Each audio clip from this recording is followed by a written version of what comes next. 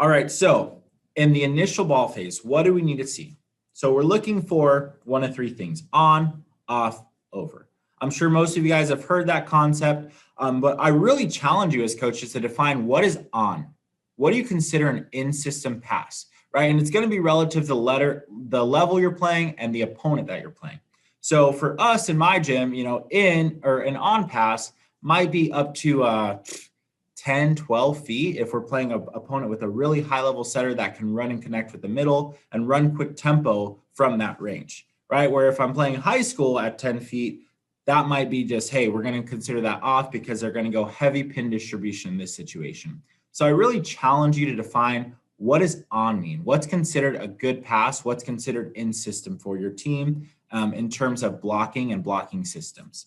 So off, also what's considered off, right? At what point are we going to establish that, hey, this pass is off the net? We're going to let our blockers drop their hands and relax because we know we're going to swing pin to pin here. Okay? And then overpass, make sure you spend the time, obviously, of addressing what balls we're attacking and what balls we're going to pass. So in this initial phase, we want our focal vision to start with the ball, right? The ball is going to come into play as it crosses the net. And then we want to quickly shift once we can identify the movement pattern and who that ball is going to the passer's platform. I think this is a step that a lot of blockers and coaches don't spend much time on, but it's going to give us a ton of valuable information. The ball knows angles. We talk about that a lot in volleyball and a lot in coaching. So if we can identify what that platform is giving us, it's going to prepare us to put ourselves in a better situation earlier, right? For example, if the passer's still in motion before contact, or if they're making a really late read on the ball, that's probably going to indicate some information of a pass that's off the net, or give us really good insight as to where this pass might be. So peripheral vision, we're going to start to identify hitters moving into early routes. So in this phase, we're already starting to see kind of hitters moving. And you guys know, especially when you're running a quicker tempo offense, those hitters are getting in their routes pretty quickly. Once we see platform and we can start to identify a little bit of hitter movement, we're going to get our eyes on the ball, obviously, again. We're watching that ball till the peak, and maybe earlier getting our eyes as a setter depending on the pass and what information we get from it. Okay, so if trajectory does not indicate an overpass, we want to get to next phase early. So that's a big thing here, is we want to move our eyes from the ball phase into the setter phase fairly quickly. Okay, so here's a really good demonstration here. As you see the blockers, their eyes get to setters, I think, pretty quickly here. After they get the information they need from the pass, eyes are on setter. They're out of system here, and they did a pretty solid job of putting up a triple block.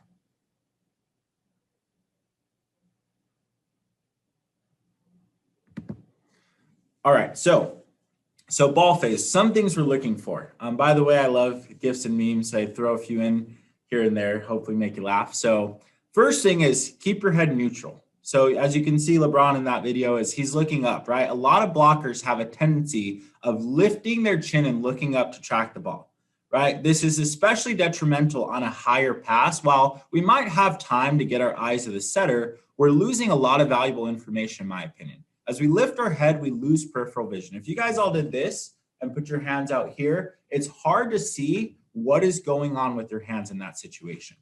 So remember, it's important to try to keep neutral. We can lift our eyes, but preferably not our chin, right? Some blockers are going to have really small movement, which we're not going to stress too much about, but we really want to avoid, especially in young blockers, this motion happening. And you'll start to notice it happens a lot more than you think, okay? So as we talked about in the last slide, we want to get our eyes quickly on the setter, right? The setter is going to give us a lot of information. So to be successful in the ball phase, get what you need and move on.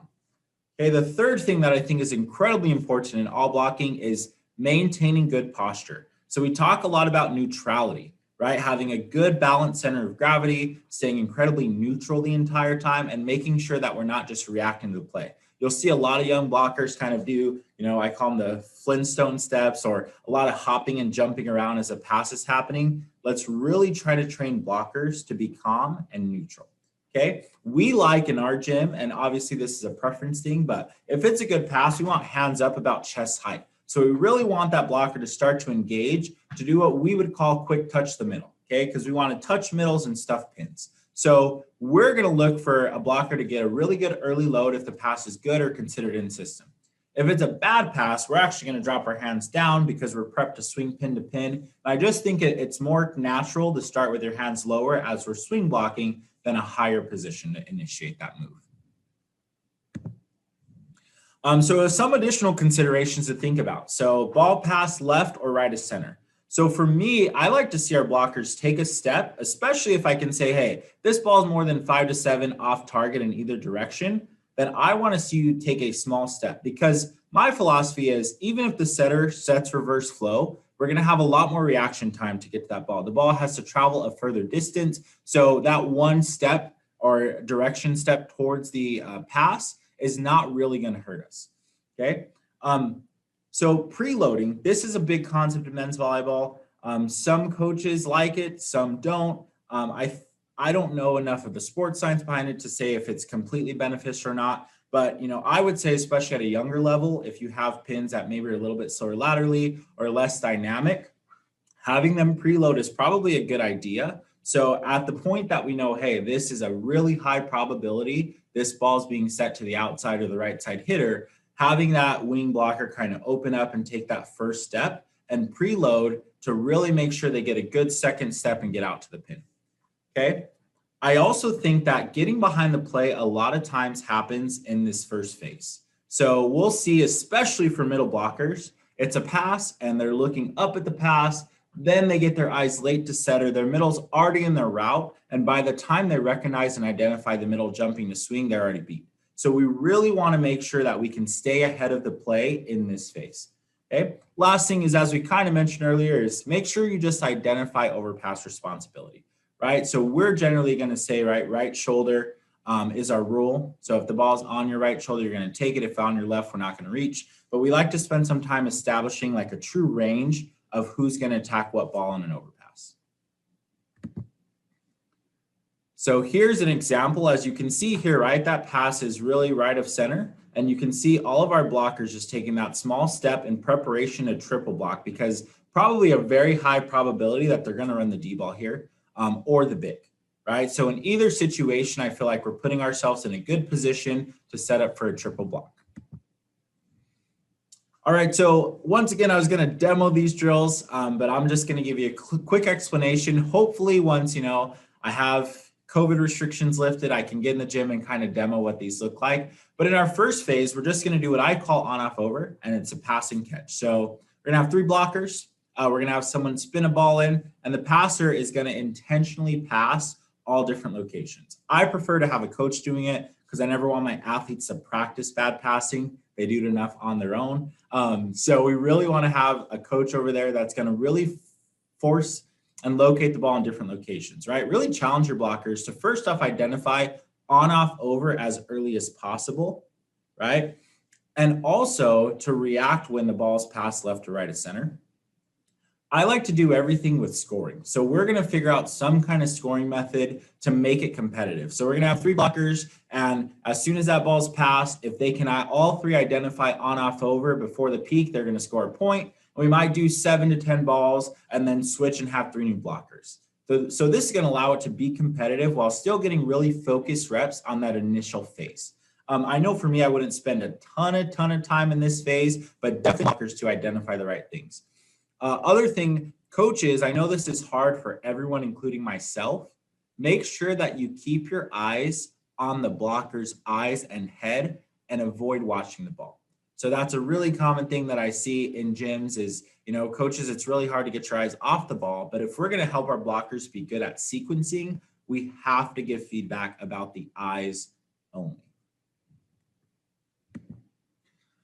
All right, so the next phase is setter phase. So when do we get our eyes to the setter, right? So as soon as possible, obviously being realistic. If that ball looks like it trajectory could be going over the net, then we're going to have to watch the ball a little bit longer to be prepared for an overpass or to attack the ball. But we always try to say before or by the peak of the pass, and that's going to depend on pass height, but we want to try to get our eyes on the setter as quickly as possible, right? So first, before their setter's hands come up, we're going to try to look at the top of the head. So that's just going to give us a simple focal point. So we're not really gathering too much information. I think especially now when you see a lot of setters coming off one foot or staying open a lot longer, it could be somewhat deceptive if you're reading a lot of the body motion and posture. We're going to talk about gives and tells, but we really want to give them a focal point that's related to the upper portion of their body, right? And then we're going to focus on the inside hand. So you see Micah there.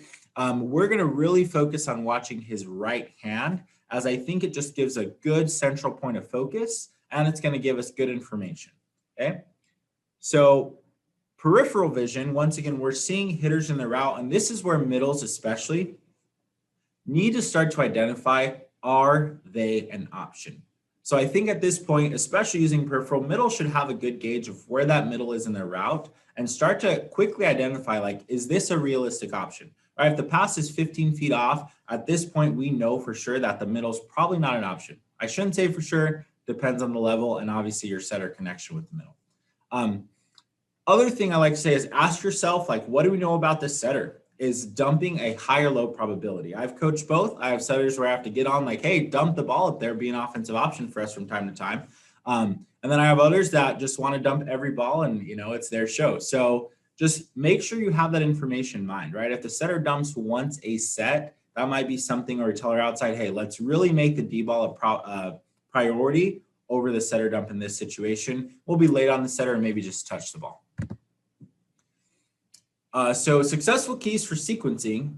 First, I early give. So some things you'll notice is chin lift or back arch. So a lot of times when setters are going to set the ball back, you'll start to see their chin lift a little bit earlier, right? To kind of posture them more upright, to have power to push the ball back, okay? And back arch goes kind of hand in hand in that. You'll see this a lot more at the lower levels, right? So as we get to higher level setters, you don't see the tendencies as much, but I will say, as we were prepping for the national championship, the national tournament, there were still obviously little giveaways that we could pick up to indicate where the setter was going. Next one you see a lot, especially at the lower levels, is hand positioning lowered. So when I coached high school and coach club, younger boys, you start to see hands drop first before they're going to run the gap or the quick ball to the pin. Okay, so that's a really good indicator of, hey, they're probably going to go fast outside here or run the middle blocker on the gap. Okay, the third one, and I always think this is funny, I give my high school kids a hard time about this, but setters get so excited when they want to run the one, their hands stay really high, and it's almost like they're itching to get that ball to their middle blocker. So really try to have awareness of that and say, hey, if they're keeping their hands really high and getting higher hands earlier, there's probably a high probability that they're going to run the one ball or the big. Now, once again, as you get to the higher level, I don't know that this is applicable as much, but I still do think there's little giveaways that setters can have that we can pick up on to give us a slight advantage.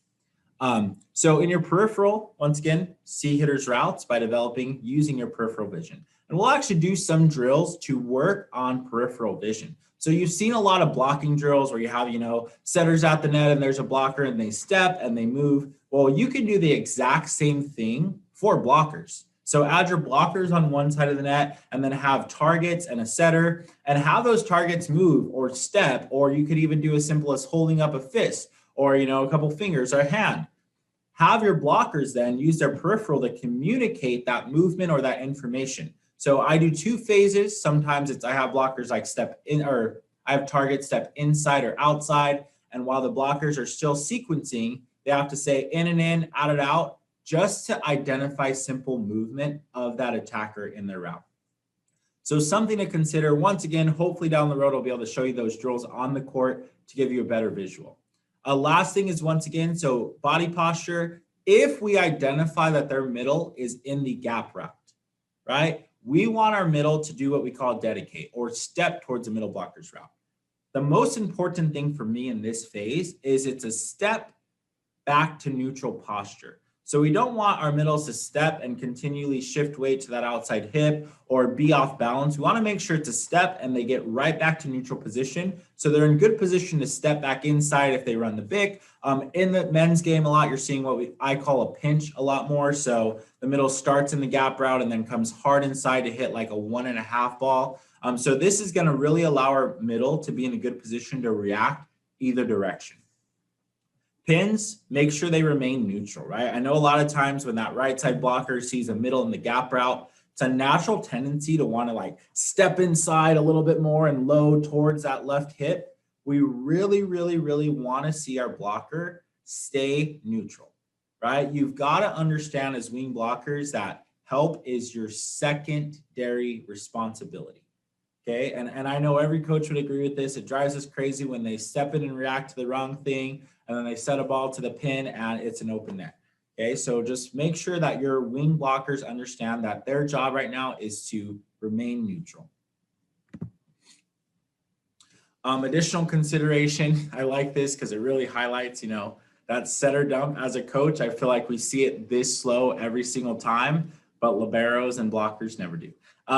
So if the setter is overactive, I'm going to ask yourself, can we adjust our defensive base to play the setter dump, right?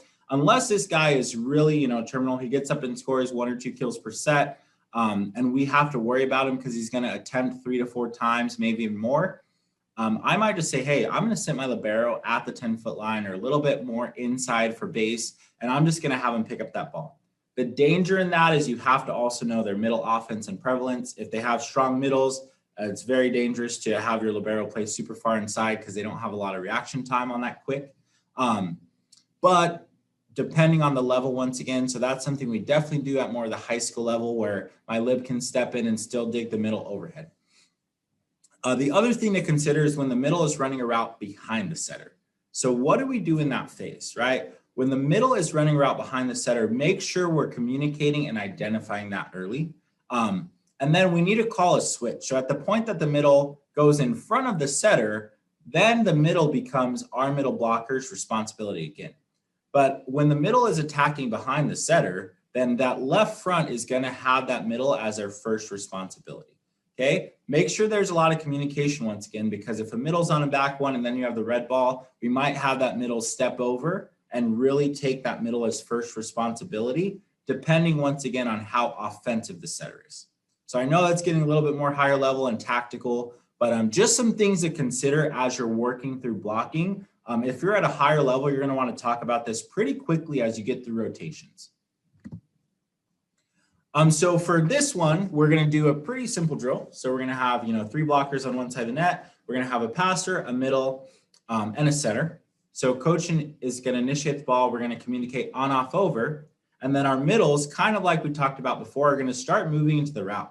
So we're looking here for blockers to start communicating, hey, this is what I'm seeing the middle blocker in the route, specifically the middle communicating that. Other blockers are going to start to identify, obviously, on, off, over, and really work on getting eyes to setter quickly. Okay. So our setter is going to be live here. So we're going to have the pass, and the setter is going to either go up and attack the ball, or they're going to try to set an outside or a big hitter. So obviously with the setter live, we're not yet going to focus on the D ball, but as we would progress through this drill, we would start to add the D ball and other factors. Attackers are not live yet. We're just going to be watching eye sequencing and giving the blockers a lot of feedback on where their eyes were and how fast we transition face to face. Okay.